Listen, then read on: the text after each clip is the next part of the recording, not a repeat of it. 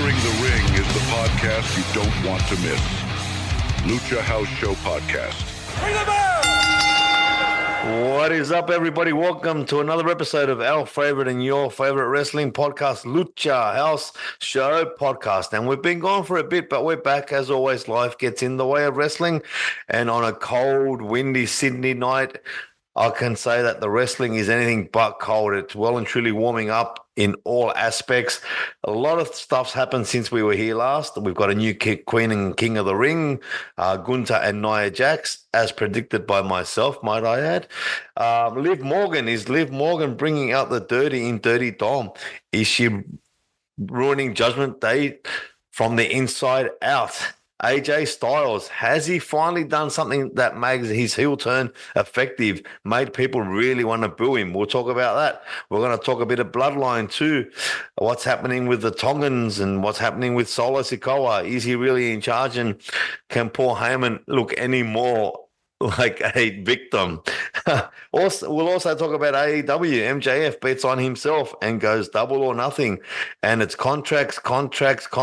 Ricochet, WWE, AEW, WTF. Chad Gable, Humberto, maybe even a bit about Becky Lynch. Plus, we've got Clash at the Castle predictions, all that and a hell of a lot more. And as always, I'm joined by my colleagues here at ringside, the dreadlock demon himself, Rowdy Roddy Parra, and the armless assassin, Renzo Sin Brazos. What's happening, fellas? Oh, everything's happening, man. We got everything happening, man. How you doing, Renzo? I'm good. It's been a while. So yeah, good to be back with you guys and talk about a whole heap of things that are up and coming and what's going on. Yeah, it's going to be a good show. Yeah, we got heaps to talk about. We got a lot of that we missed. We're going to talk about it. We missed it. And we're going to go straight to AEW. And then before we go to like what Renzo has to give us, remember we couldn't do the show when happened the Double or Nothing, but I think the big takeaway from that was one, the big match between Adam Copeland and Malachi Black. That was just absolutely carnage. Absolutely love it. Master still hasn't watched it, but he would love the match.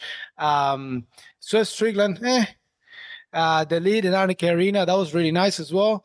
And that's pretty much it. And the back of MJF. So that kind of sums it double or nothing, which was pretty good, but still hard for AEW to get the numbers up. We've seen some footages and it's kind of sad, unfortunately. But let's get into AEW, Renzo. You can lead on this one.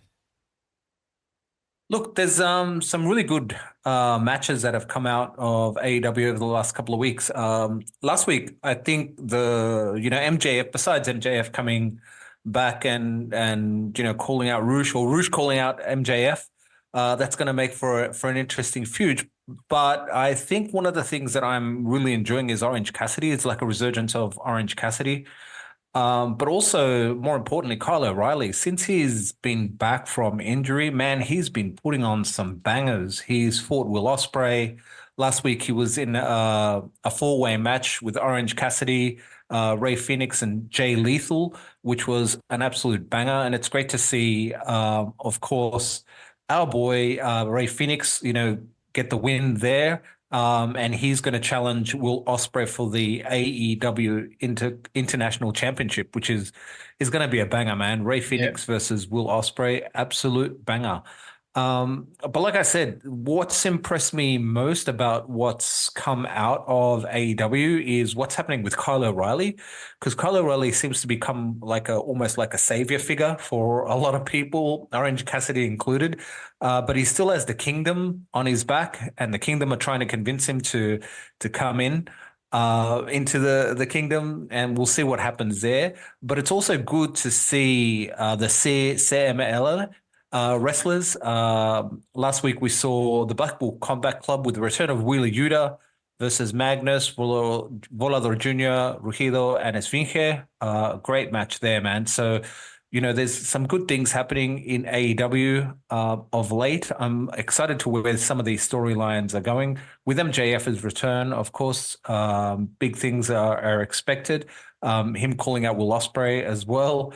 But yeah, what are your thoughts, Rod? Hey, look, fucking crazy what's happening in AEW. I think the Orange Cassidy story with the best friends, and now with with her name. 2 seconds. I hadn't freaking Chris Statlander. Chris Statlander going heel, man. Like I'm like, what? But you know what? The way they line in the story is amazing because their argument and why they turned their back into Orange Cassidy actually makes absolute sense. So it's turning Orange Cassidy kind of a evil person. Like he's kind of the villain in this. They're not actually the villain. Orange Cassidy is, so it kind of makes sense. So it's kind of a weird twist in there. So I'm loving that how they're building the story. It's really good. But the one thing we cannot we just can't know, pass is Stephanie Baker, man, the Chilean wrestler from Semlele, which is gonna be battling. She's the current strong women champion for New Japan, and she's gonna battle against Mercedes Moné for the title. It's title versus title, if I'm wrong. Title versus title. Title versus title. Yeah. At the Forbidden Door event. Look, I've seen Stephanie Baker's matches. Mercedes Moné, not even close, man, at the moment. They give her the title because they have to give her the title. We talked about that. That's the way it is. But she's not looking good in the ring, man. She's not looking good in the ring. I think the whole momentum she had from NXT, main roster in WWE, it was great. We loved her. She passed the torch to to Bianca Belair in an amazing match. She was doing so good, and then she did the whole I want this, and that. So tag team champion, left WWE, and after that she just disappeared. And now she has not been able to wrestle again. I don't know what you guys think about it before. Like, if anything, have you guys watched any of the matches or Moné lately? Yeah, look, she's looking sloppy, man. She's really looking sloppy. She's looking with a lot of ring rust. She hasn't had a lot of decent matches. The match that she had with Willow Nightingale at Double or Nothing was good, but Willow carried her that whole match. Good on Willow, man. She's been doing some great stuff. But yeah, you're right. Stephanie Vaca doesn't. Mercedes Moné doesn't hold a candle to Stephanie Vaca, so that's going to be an interesting result, whatever comes of it, man. Yeah, I'm scared that she's going to take the title of Vaca.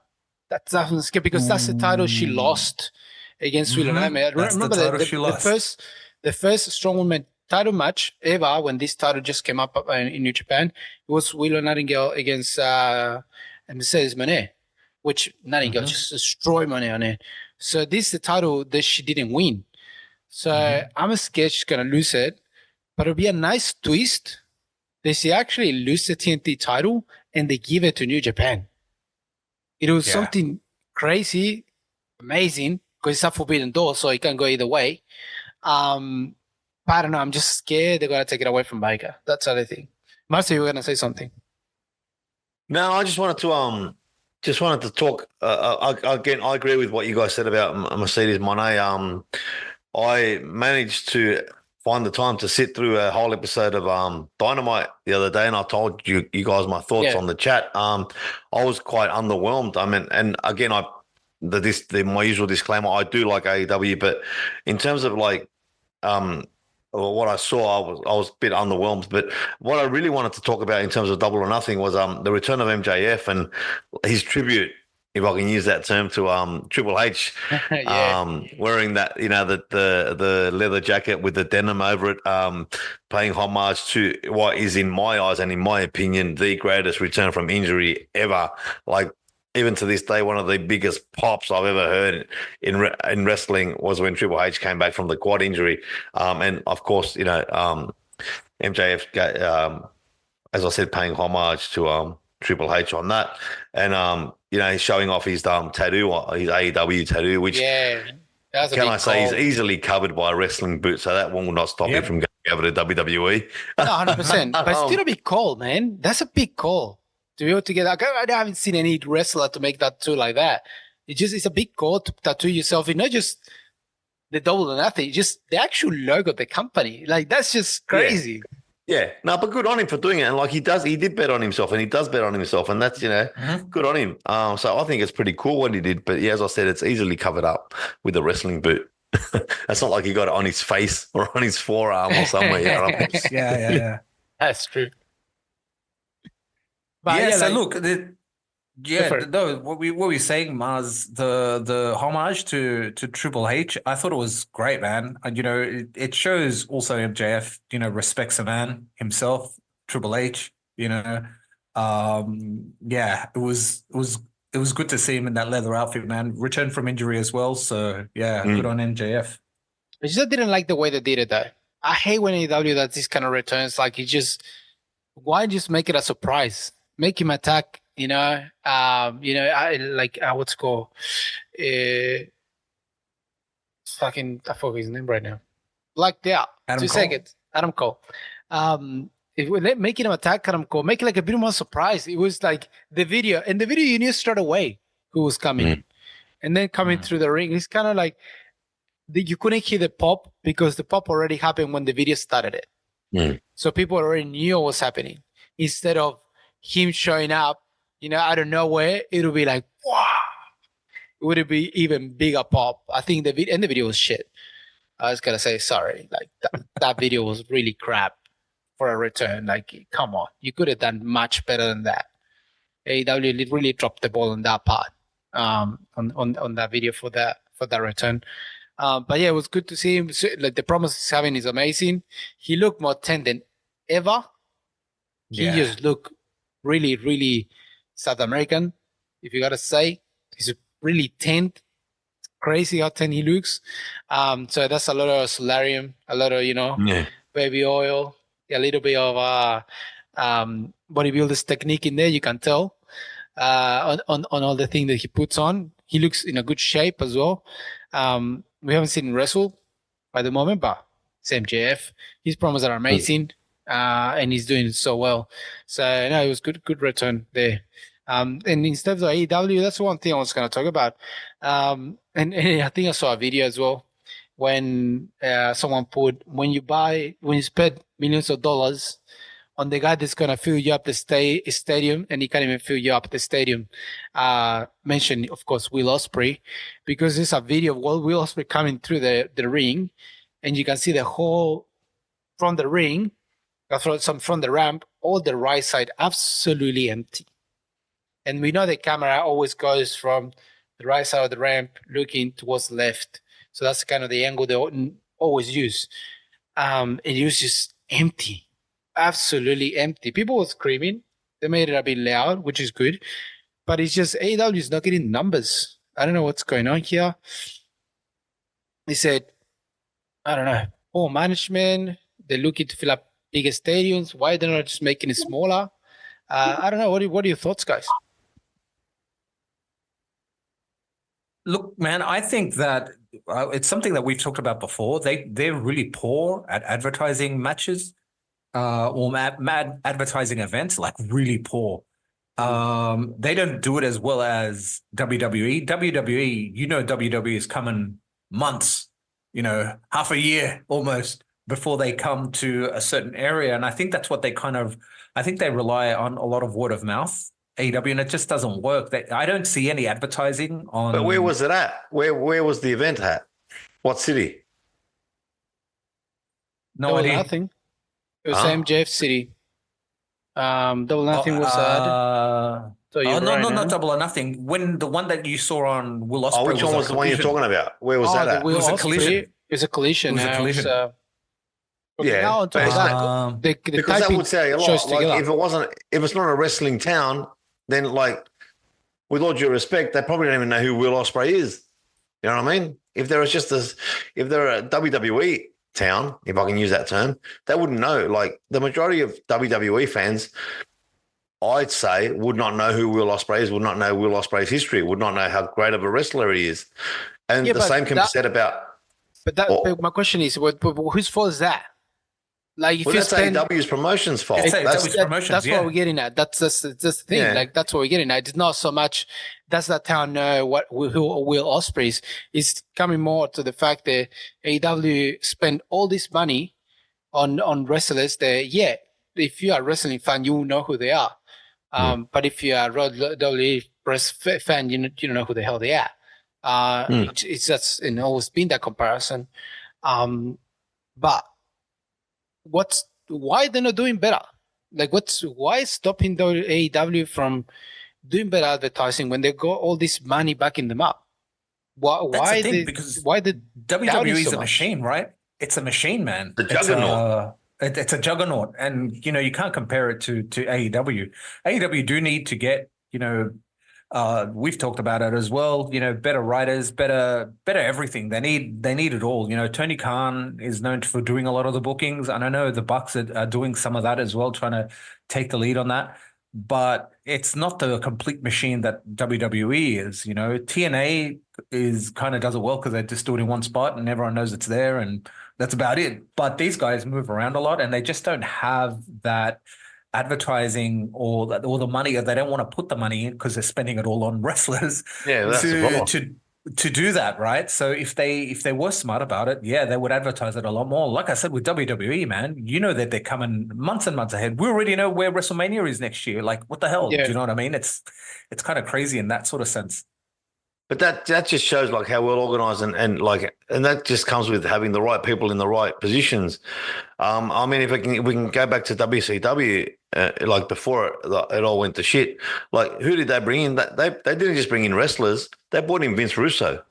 They brought in like experienced writers. They brought in WWE people that knew how to do this stuff. Yeah. Like there's a famous quote that I don't know who said it. Might have even been Vince, but I'm not sure. It was basically WWE was a wrestling company that made TV shows, whereas Turner was a TV company that was trying to do a wrestling show. And I think we can do that with AEW. Yeah, absolutely. Even Tony Khan's like this mega fan, and like I think he's got too many roles that he plays. Like, and I think they've got to lose that indie mentality, if I can use that term, if they want to get bigger. They need script writers to a certain extent. They need better bookers. They've just lost two very good wrestling minds in Mark Henry and Arn Anderson. They've left the company. I mean, why? That's not really clear. I mean, you can believe what they say or what's been put out there about the reasons, like Mark Henry moving on to other things. I'm not sure why Arn Anderson left, but they're two very experienced wrestling minds that they've lost. And before that was William Regal. Yeah, well, that's a huge one. That's a huge one. Yeah, and to lose William Regal, the question is like, if William Regal left, he must have seen something falling bad for him. Like, you know what? I'm getting off for something from the other side. Gonna go back over there, keep going what I was doing, because this is not going anywhere. And that tells you straight away. Like that's, and I think a lot of wrestlers starting to see that. Like a lot of the wrestlers that left WWE, starting to see that AEW, it just needs a bit more of a guidance. We know that Danielson is trying to do something for what we heard. We don't know, which he was right at the back, but that's as far as he gets. And losing these more minds, like wrestling minds, out of the business, like who's taking over then? Who's the one who's going to write? Who's the one who's going to continue this? We're going to lose Taz soon, for sure. Yeah. That's going to go. And don't forget, it's not just the writers. You need producers. You need booking agents. Yeah. And it's like it's the whole and it's not just that one person does all the writing or one person does all the producing or the booking. Like WWE's got teams of producers, teams of booking agents, teams of writers. And you can't let the lunatics. Yeah, you can't let the lunatics run the asylum. Like WWE, like you could probably do a university course on WWE marketing. Yeah, because it's just it reminds me of like my favorite band and in my view the greatest band of all time, Kiss, and their marketing. Oh man, they're marketing to this day. So they really do need more like behind the scenes people. But look, they're not going to fail just because Tony Khan's pumping it full of money. Yeah. But that's what happened with WCW, and I don't wish the downfall of AEW because I think it's great to have this organization where there's room for other wrestlers to go. And speaking of other wrestlers to go, why don't we jump ahead to contracts coming up? One Senor Ricochet. What do you guys think about that and where he might end up? Look, he got sent off today. That's pretty much it. He got sent off in the most worst possible way from WWE. It was unceremoniously, like in a way that once you watch it, because I don't know if you guys have watched how he left. Okay, once you guys see it, you feel fucking sorry for the guy, you know? Like he just one thing is just, leave, say you go by like Becky Lynch did. She got to finish the match, lose the match, and then just wave to the crowd after like everything went off air and just leave, which is fine.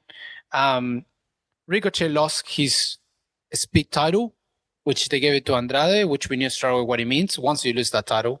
Now, that's a bullshit title. That's up there with the That's a 24/7 bullshit title. That was made for him. It's like the 24/7 title. Yeah. The 24/7 title was made for R-Truth. Simple as that. That was R-Truth's title. That was a true title. He carried best than anyone else. Like he just did great. That was R-Truth's title.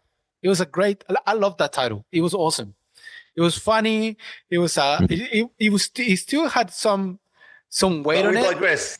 We digress. We got too much to talk about the 24/7. Sorry, 24/7 title. That was a crazy. But the speed title was created to give it to Ricochet. I think it was a way to try to get Ricochet to stay with the company. I think that's what they created for, and it just got to the point that it's Ricochet. You know what? I'm gonna leave.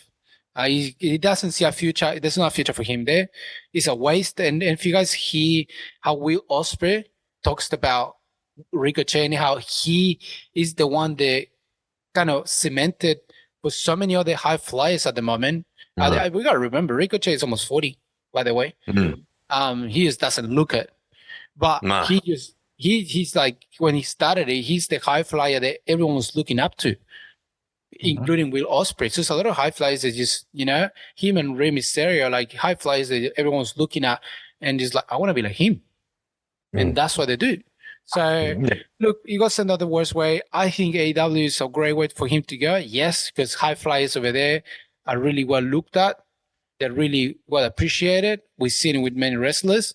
So, for me, I think that would be the best because also he can do other stuff. They don't just they kind of go to other companies. Yeah. I think that's the important thing, right? That if he goes to AEW, he's not restricted on just staying with AEW. He can go to New Japan. Oh man, they're begging for him in New Japan as well. The SEM-LL guys, now that they're doing their thing. Oh man, I'd love to see him back in the Indies, just doing his thing, man. You know what Ricochet does best. Yeah, 100%. This may come as a surprise to you guys and to a lot of people. I think he'll actually do better in AEW. I think after WWE took the Intercontinental title off him, I think they kind of dropped the ball with him a bit. He just turned into a mid-carder. And, if that, and he's an exceptional talent, and I think his star will shine brighter in AEW, and also like giving him that ability to go to New Japan, to maybe go to Mexico as well, and to maybe wrestle a bit in the Indies. But like the guy's a phenom. So I think he made the right decision in not re-signing with WWE, and of course WWE is going to bury him. They're not going to make him go out on top, like he's going somewhere else. They're not going to make him go out like a champion. They're going to make him go out on a stretcher because I didn't watch Raw, but that came up on my Insta. Yeah. I think he's done well. Then if we look at a guy like Chad Gable, he's not going anywhere. He's not going anywhere. I don't see him going anywhere at all. He's not going anywhere. No way. He's absolutely on fire at the moment. This heel turn is working like sensationally, and he would. The worst thing in the world he could do is go to AEW and leave WWE. Look, so I don't see him going anywhere.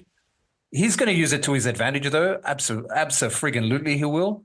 That he's got interest from AEW to bring him over. That he will use it to his advantage to get a better contract, get a better deal. Absolutely, he will. Yeah. But yeah, you're right. I don't think he will stay. But this is definitely not hurting him or his career. Having interest from AEW, that's for sure. Yeah, 100%. But look, the way he's going, like Mark said, he's doing great. He's not going to go anywhere. What's the point? He's doing great. Like today, when you see Raw, fucking great in Raw. Once again, he's going to be a double or nothing. Sorry, that was sorry, Clash at Castle. So it makes no sense for him to leave. The last person who made that mistake was Mrs. Monet. Let's see how she's doing at the moment. So, no good. I think he's just gonna stay. That's it. He's gonna sign soon.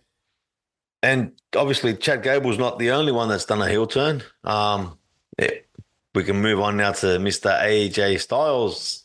And if I can do my 2 cents. We got 7 minutes left on Have this. We? Oh, yeah. all right, all right.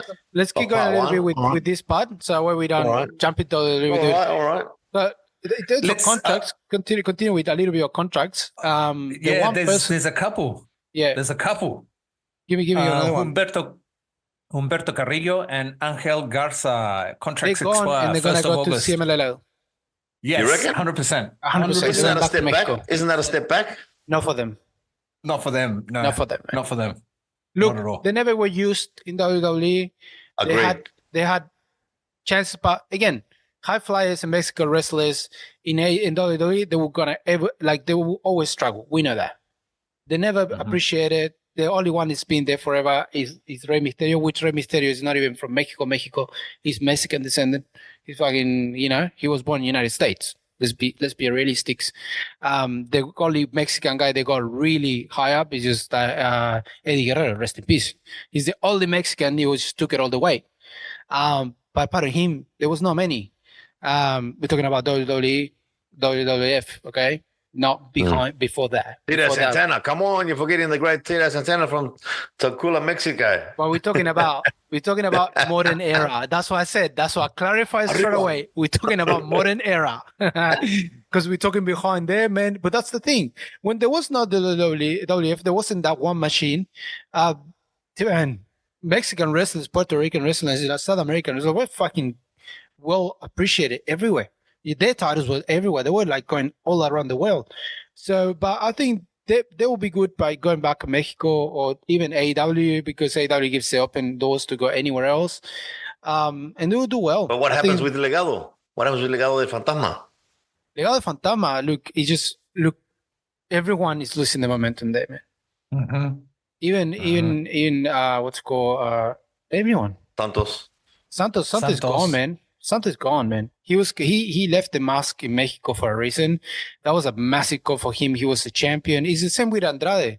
Andrade lost the mask and came to WWE with a massive promise. And again, Mexican wrestlers, they're not appreciating WWE. They are in AEW, but not in WWE, unfortunately. And I don't know what's gonna have to happen for them to appreciate, not even the tag teams, bro. Like fucking so many good tag teams are Mexicans or like Central Americans or whatever, and they're not appreciating them. Come on.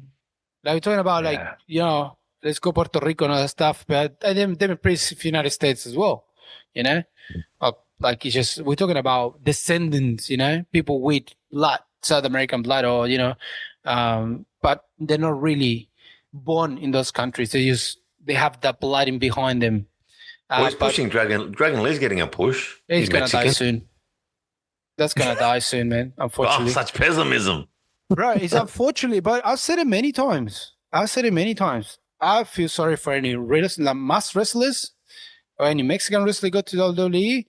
For them to become the next Rey Mysterio, is going to take one special person to do it. That's it. And they're going to take that person all the way up.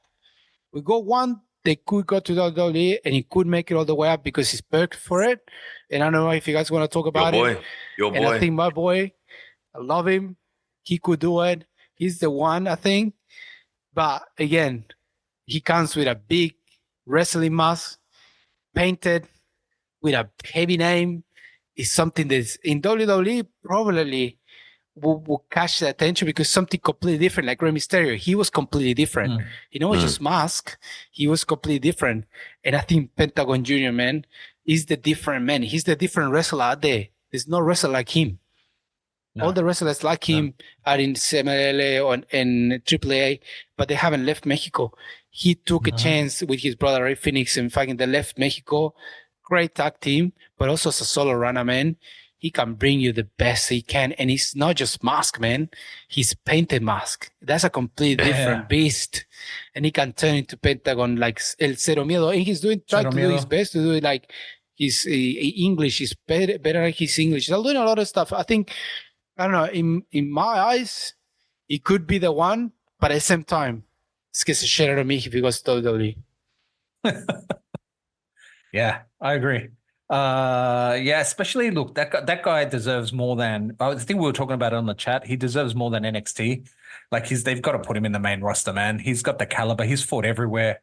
TNA, AEW, everywhere. New AAA, New Japan. He's gone to New Japan. So yeah, they got to put him in the main roster, man. Bring him to retire Rey Mysterio and then make him the best one. Bring him to retire Rey Mysterio, man. Mask. Rey Mysterio's going to retire soon. He wants to retire, so he said it. You know? Yeah, but he's not going to get retired by, Penta. But we don't need to make it straight away. Rey Mysterio has 2-3 more years to go, let's say. Dom's got to retire Ray. I think that Ray will be the one that, I think a while ago, yes. At the moment, I think Dom is going to turn face again. And he will do it. No, he can't. No way. Dom can't turn face. Now. Look at the heat he's getting. No, now. No way. No, now. We're talking about a few years. Give it time. Like he's gonna turn face at some point. He's gonna go the other way. And he will do it for his father probably. But that's what I'm saying. It's just a lot of things could happen. Pentagon Junior, man, I would love to look, but it's gonna shout at me for him to go to WWE. Just because all the arguments I gave before. And Dragon Lee was, they put it up there, massive go. And where is he now? That's it. He went back to being a mid-carder. He lost all the momentum. Same with Axiom. Look at Axiom in NXT. He was the first Spanish masked wrestler to come in. And that's it. That's the end. Yeah. So look, we'll see what happened, So with that tender of contracts that we had, we're going to take a little bit of a break. And when we come back, we're going to go straight into WWE because we got shitloads to talk about there as well of what's happening right now.